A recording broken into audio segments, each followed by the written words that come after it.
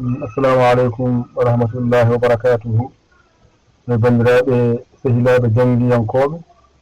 enen garti kadi e windande men ekko hijjo Pulaar sappo e goho ɓiire bisimillah janggen on ji mi wino on ɗo to woni la e laapoɗɗo ko ɗum woni la ɗo laahaɗi gasi so ɗiggi ganda ɗo a weltitmo mbiɗa ko al e aal a timmini ɗo gasi gara lomba maska hakkude mbiya lal mbiya laal ɗo gasi garna ɗi o ƴetta li gasi ɗo kadi gara ƴetta maska ngal heedo aɗo yeeso il gasi ƴetta masgal lombo mbiya lil ɗo timmi garna ɗo mbiya le lel le ɗo ko el ɗo ko lel timmi garna ɗo mbiya lo ɗo mbiya ol gasi ɗo mbiya lol mbiya lool gasi ɗo mbiya lu ɗo mbiya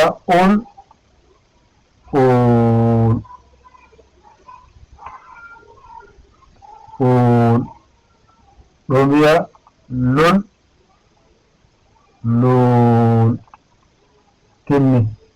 joni ngara momta bara jangin momta haalaɓe ngara jangin momtama gasi ay ɗo woni laa o e laa ɗo ko ɗi wonɗo mbiya li ay ɗo ko e woni o mbiya le ay ɗo ko o wonɗo mbiya ko lo ay ɗo ko u wonɗo mbiɗa lu ay ɗo masɗe ɗe keedi ko yeeso alkulal ngal ɗo noon masɗe ɗe gado arde al aal ay ɗo il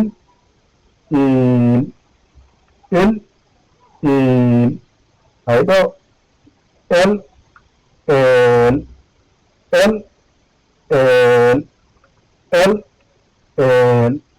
ay ɗo ol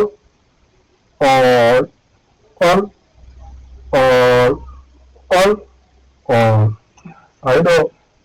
ul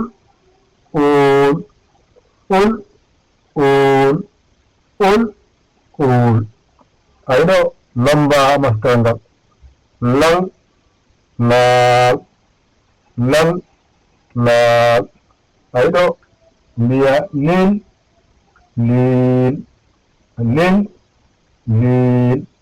ay ɗo mbiya lel ay ɗo mbiya lol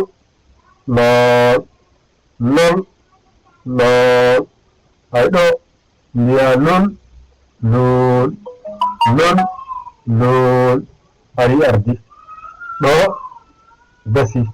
alluwal ma la ko jangete e la e hewde ko ɗo haaɗi wadde mbiya windande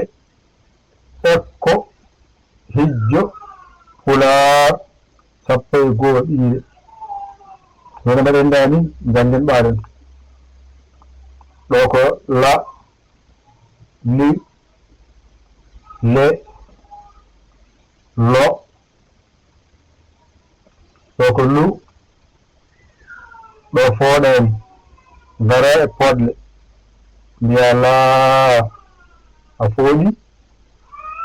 ɗo mbiya lii a fooɗi ɗo ene mbiya lee a fooɗi ɗo mbiɗa ko loo a fooɗi ɗo mbiɗa ko luu a fooɗi ngara bincita mbiya al a fooɗani mbiya il a fooɗani mbiya el a fooɗani mbiya ol a fooɗani mbiya ul a fooɗani joni ngara fooɗa mbiya al a fooɗi il a fooɗi el a fooɗi ol a fooɗi ul a fooɗi ɗo ngara lomba masgal mbiya lal a fooɗani lel a fooɗani lel a fooɗani lol a fooɗani lul a fooɗani joni ngara fooɗen mbiya laal a fooɗi mbiya liil a fooɗi mbiya leel a fooɗi mbiya lool a fooɗi mbiya luul a fooɗi ɗo kaɗen hannde ƴette kuɗi mon e karneji mon mbaaji ɗon janngon ɗigga on koola koye mon ƴeewon baawɗo ɗakkoɗon sara makko o holla on o walla on nga Allah so ɗiggi on ceerti e majjere ko janngete e laa dow haa less ko musidɗo mon giɗo mon sabu Allah Yaya Ly kolo Sénégal alhamdulillahi ɓe alamina ha jiɗɗo jeede heen noon ko ndewata ha naata